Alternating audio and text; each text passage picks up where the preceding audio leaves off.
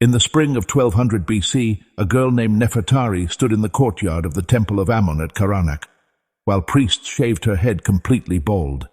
She was 9 years old. She had been brought to the temple 3 days earlier by her father, a minor official who owed a debt to the temple that he could not pay in silver or grain. So, he paid it with his daughter. Nefertitari did not understand what was happening. She knew only that her father had told her she was being given a great honor, that she would serve the gods, that she should be grateful and obedient. As the bronze razor scraped across her scalp, removing every trace of the long black hair she had worn in elaborate braids, Nefertari began to cry. An older priestess struck her across the face. "Servants of the god, do not weep," the woman said coldly. "You have no tears anymore. You have no name anymore. You belong to Ammon now, and Ammon does not accept weakness."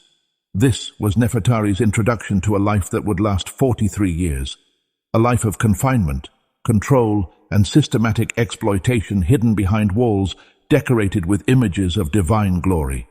She would never leave the temple grounds. She would never marry. She would never own property or make decisions about her own body or her own future. She would serve silently and obediently until she died, and was buried in an unmarked grave with no family to mourn her and no name recorded for history to remember. But here's what most people don't know. Nefertari was not unusual. She was not an isolated case of abuse in an otherwise honorable system. She was one of thousands of girls and women who spent their entire lives in Egyptian temples, called by titles that sounded sacred, but that masked a reality far darker than anything the hieroglyphs on temple walls would ever admit. They were called God's wives, servants of the god, hands of the goddess, pure ones, divine adoratresses. Beautiful names for a system that destroyed lives as efficiently as any battlefield. That exploited vulnerability as systematically as any slave market. That erased identities as completely as any conqueror ever erased a defeated enemy's capital. This is the story of what Egyptian priests did to temple virgins. And I need you to understand before we continue that what I am about to describe is not mythology or sensationalized fiction. This is documented in temple inscriptions in administrative records that have survived on papyrus in the accounts of ancient historians who witnessed these practices. If you want to understand how religious authority can be weaponized to exploit the vulnerable, how sacred language can disguise systematic abuse, then subscribe to this channel right now. We investigate the darkest chapters of ancient history with rigorous attention to evidence and sources. Hit that subscribe button and tell me in the comments where you are watching from and whether you've ever visited these temples in Egypt without knowing what really happened inside their walls. Now, let me tell you about the myth versus the reality of temple virgins in ancient Egypt, and why everything you think you know about this practice is probably wrong. But I'm warning you now. What comes next gets much, much darker than you're expecting. When most people hear about temple virgins or priestesses in ancient Egypt, they imagine something romantic and dignified. They picture elegant women in white linen performing beautiful rituals, honored servants of the gods living lives of spiritual devotion and religious importance. They imagine the Vestal Virgins of Rome, but with an Egyptian aesthetic, sacred women respected and protected, choosing religious service as a noble calling. This romanticized image is completely wrong, and it is wrong in ways that reveal how effectively ancient propaganda worked.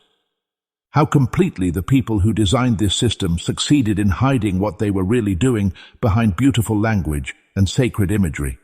Let me start by explaining what these women actually were. According to Egyptian religious ideology, the Egyptian term most commonly used was Hemet, which translates literally as servant of the god, or sometimes wife of the god. There were related titles: Datit, worshipper of the god; Shemayat, singer or musician Kenna, a more general term for temple attendant. Each title had specific functions and hierarchies, but all shared certain characteristics. The women bearing these titles were bound to temple service, controlled by temple hierarchy, and subject to rules that stripped away their autonomy and often their identities. The word virgin in the context of temple service requires clarification because it has been misunderstood by modern people trying to understand ancient practices. When ancient sources refer to purity or virginity in temple contexts, they usually meant ritual purity, a state of being uncorrupted by contact with profane things.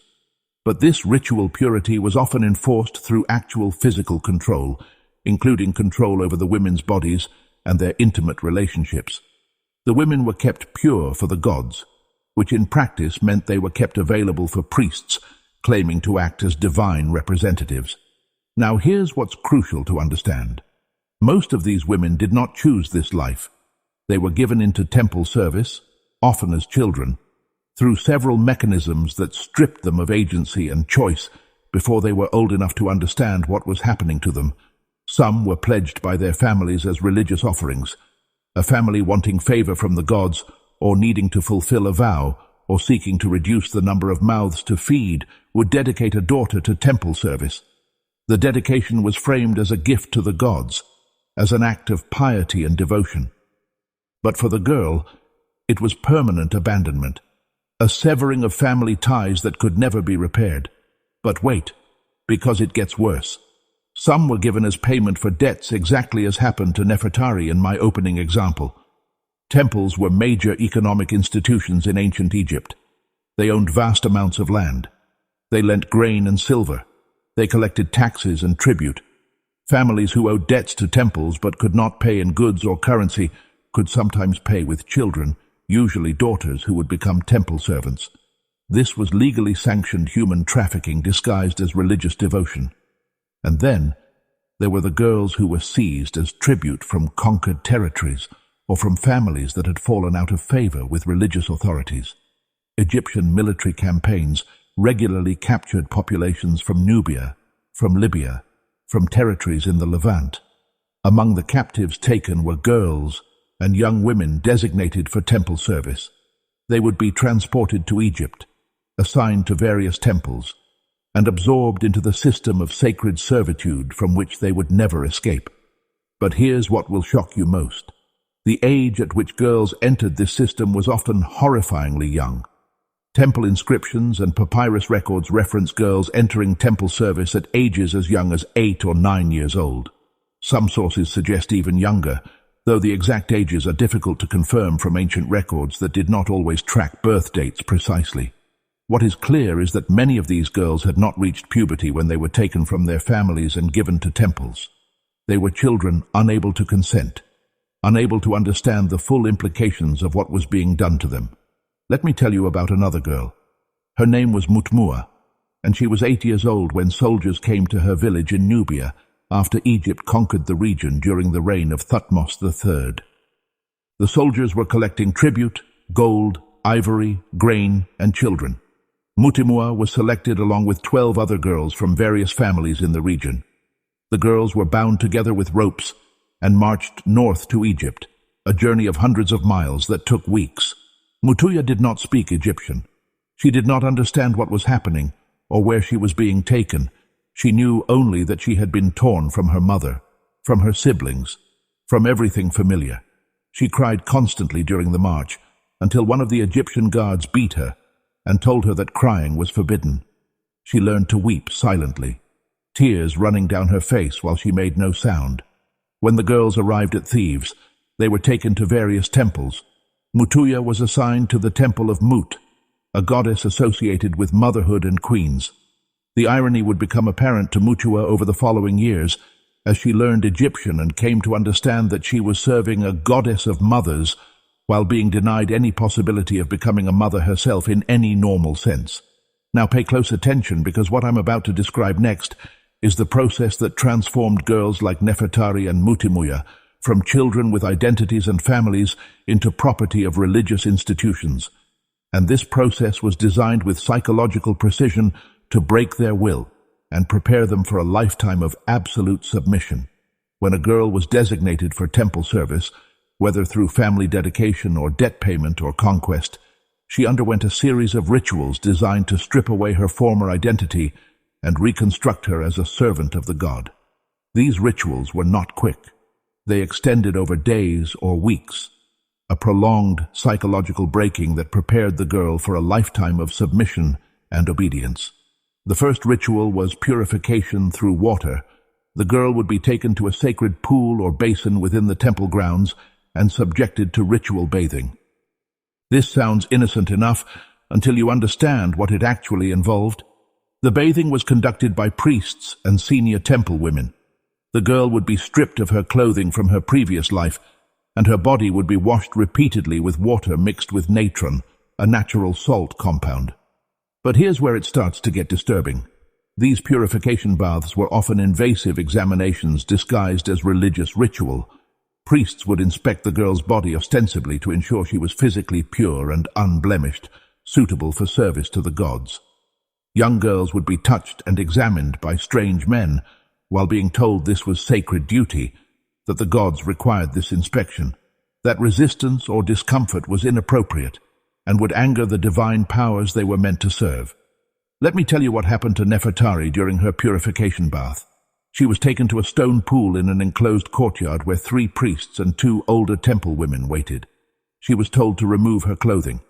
When she hesitated, embarrassed and frightened, one of the women grabbed her roughly and stripped the garments away. Nefertari was pushed into the pool. The water was cold. She shivered and tried to cover herself with her hands. One of the priests stepped into the pool with her. He told her to stand still, to put her arms at her sides. His hands moved over her body, touching her in ways that made her deeply uncomfortable. When she flinched away, he grabbed her arm hard enough to bruise and told her that the gods were watching, that she was being tested for worthiness, that if she failed this test, she would bring shame on her family and anger the gods who might punish all of Egypt. Nefertari stood frozen, terrified, while the priest's examination continued. She did not understand what was being done to her or why. She knew only that these were priests, that they claimed to speak for the gods, that she had been taught all her life to obey religious authority. So she stood still and endured it, while tears ran silently down her face and mixed with the water of the purification pool. This early violation, framed as religious necessity, established patterns of control and normalized the idea that these girls' bodies were not their own, but belonged to the temple and could be accessed by those with religious authority. The girls learned on their very first day in the temple that they would be touched, examined, controlled, that their discomfort did not matter, that religious authority justified any invasion of their bodies. But it doesn't end there. After the purification baths came the shaving ritual I described in the opening. The girl's head would be shaved completely bald. This was standard practice for certain categories of temple servants and priests, justified as maintaining ritual purity and distinguishing sacred persons from common people. But the shaving served psychological purposes beyond mere identification. Hair, particularly for young girls who had worn elaborate styles, was part of identity and self-image.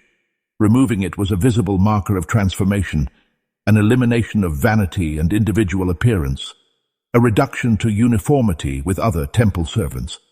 When Nefertari saw herself in a bronze mirror after her head was shaved, she did not recognize the bald child looking back at her. That stranger in the mirror was not Nefertari. That stranger was what the temple had made her into. The shaving was often accompanied by renaming. The girl's birth name would be taken away and replaced with a name chosen by temple authorities. Sometimes these names reference the god the girl would serve. Beloved of Ammon, beautiful for Hathor, she who belongs to Mut.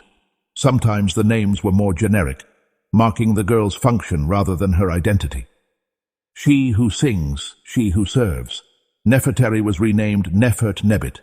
Beautiful is the lady, a reference to the goddess. Her birth name was forbidden. She was told never to speak it again, never even to think of herself by that name. If she was caught using her birth name, she would be punished. The name her mother had given her, the name that connected her to her family and her identity before the temple, was declared dead, along with the life she would never return to. The renaming completed the symbolic death of the girl's former self. She was no longer her father's daughter. She was no longer connected to her family line. She was a new creation made by and for the temple. But wait, because here's where the dedication process takes an even darker turn that you need to understand. After purification and renaming came what sources describe as the divine marriage ceremony. Girls being dedicated to certain categories of temple service would undergo a ritual where they were symbolically married to the god they would serve. This ceremony was presented as a great honor, as becoming the bride of a deity, as achieving a status higher than any earthly marriage could provide. The divine marriage ritual varied depending on the specific temple and deity, but common elements included the girl being dressed in bridal garments, being presented before the god's statue or shrine, and pronouncing vows of eternal service and fidelity to the divine spouse. Priests would speak on behalf of the god accepting the bride, promising divine favor in return for absolute obedience and purity. Let me describe what Mutuya experienced during her divine marriage to the goddess Mut at Thebes. She was 10 years old by this point, having spent 2 years in the temple learning Egyptian and the basics of temple service. She was dressed in fine white linen, far nicer than anything she had worn in her Nubian village. Her bald head was covered with a wig of elaborate braids. She was painted with cosmetics and adorned with jewelry. She was led into the inner sanctuary of the temple, a space she had never been allowed to enter before. A dark stone room lit only by oil lamps and dominated by the massive statue of the goddess. The statue's eyes, inlaid with semi-precious stones, seemed to watch Mutua as she approached. The high priest stood before the statue. Other priests and senior temple women formed a circle around Mutmuya.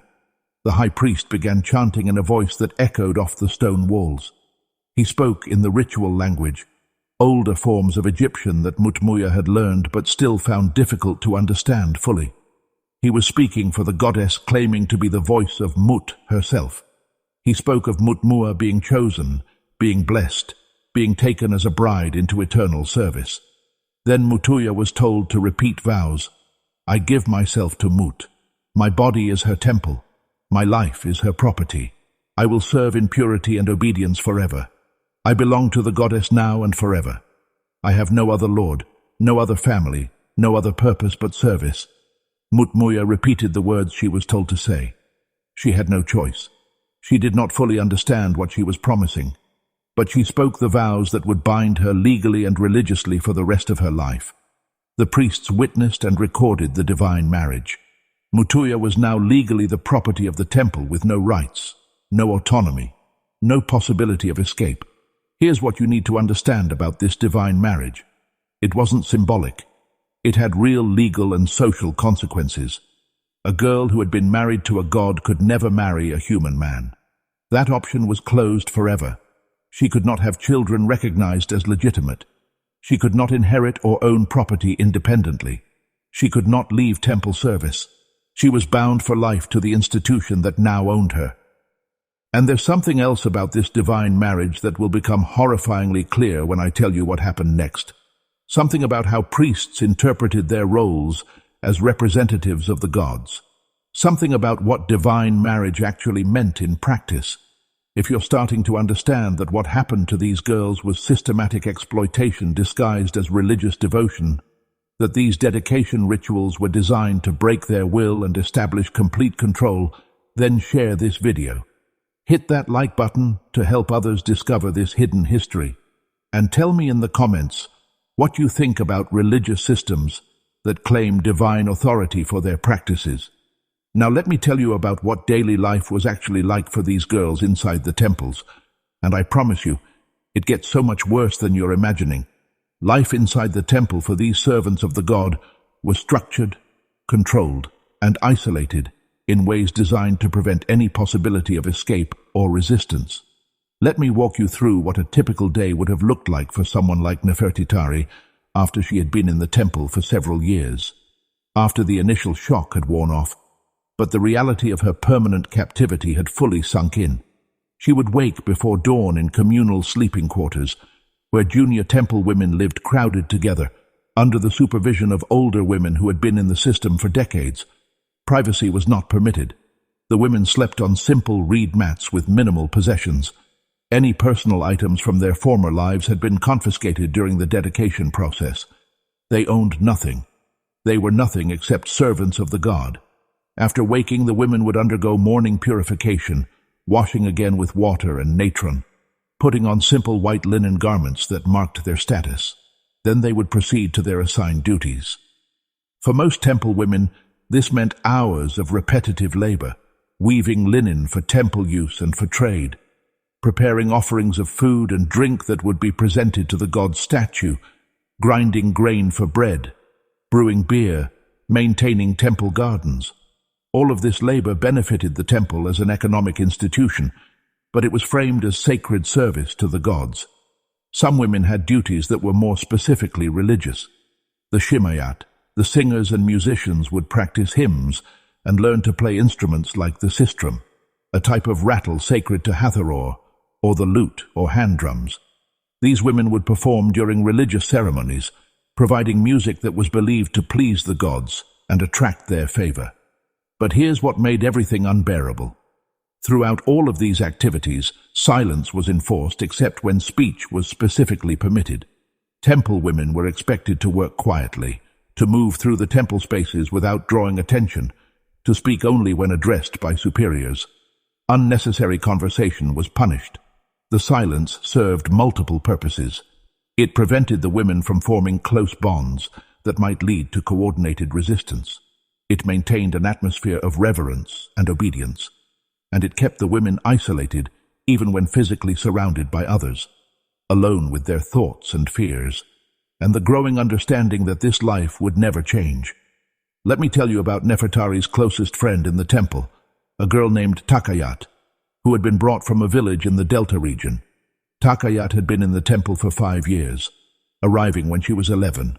She worked alongside Nefertari in the weaving workshops, sitting at adjacent looms for hours each day producing linen. They were not supposed to talk while working, but sometimes when the overseer was at the other end of the long workshop, Takayete would whisper to Nefertari, brief sentences spoken so quietly they were almost inaudible. "I dreamed about my mother last night. Do you remember what fruit tasted like? How many years until we die?" One day, the overseer noticed. She crept up behind Takit while the girl was whispering and struck her across the back of the head with a wooden rod. Tet fell forward into her loom, blood running from her scalp. The overseer dragged her from the workshop while announcing loudly to all the other women, "This is what happens to those who break silence. This is what happens to those who forget they are servants with no voice of their own." Takayat was taken away. Nefertari did not see her for 3 days.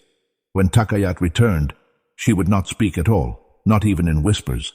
Her eyes were dead. Whatever had been done to her during those 3 days had broken something inside her. She worked mechanically at her loom, but never looked at Nefertari, never responded when Nefertari tried cautiously to speak to her during the brief rest periods when conversation was technically permitted. 2 months later, Takayet disappeared from the sleeping quarters. The overseer announced that Takayet had been found impure, had failed in her service, and had been returned to the gods. No one was told what that meant. No one was told where Takayat had gone. But all of the women understood the message. This is what happens when you resist. This is what happens when you fail. Any of you could be next. But here's what the official records don't talk about. The surveillance and control extended far beyond just daily work assignments and enforced silence. These women were watched constantly by senior priestesses and by priests who managed temple operations. Their movements were restricted to designated areas. They could not leave the temple grounds without permission and escort. They could not receive visitors from outside. Any contact with former family members was forbidden or heavily restricted and supervised, and the control went even deeper. The women were subject to regular inspections to ensure they maintained ritual purity. These inspections conducted by priests involved intimate examinations of the women's bodies. The priests claimed these inspections were necessary to verify that the women remained pure, that they had not been corrupted by impure thoughts or actions.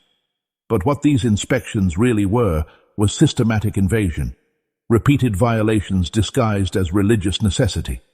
Nefertari underwent these inspections every month. She would be summoned to a small room where a priest waited. She would be told to remove her clothing and stand while he examined her.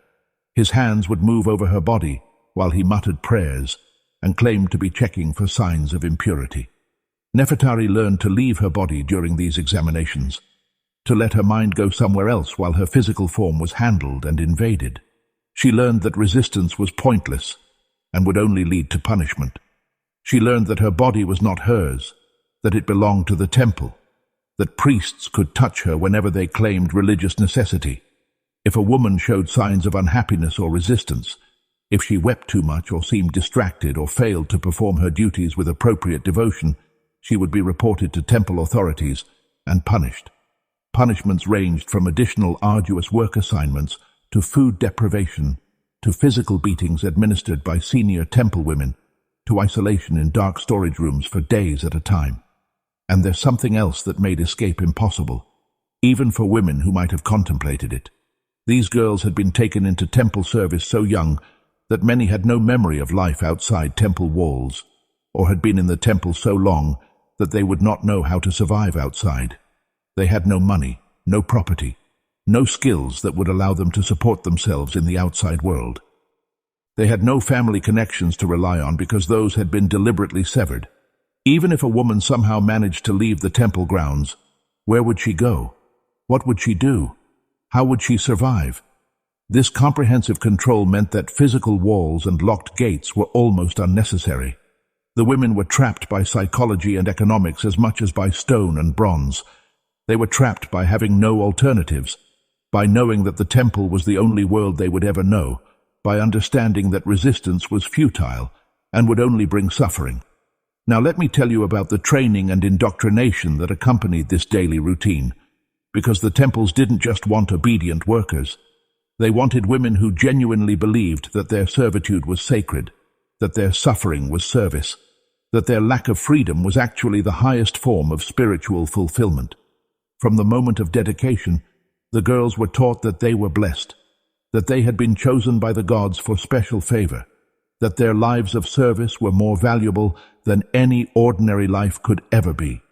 They were taught that the priests who commanded them spoke with divine authority, that disobeying temple officials was disobeying the gods themselves and would bring terrible punishment both in this life and in the afterlife.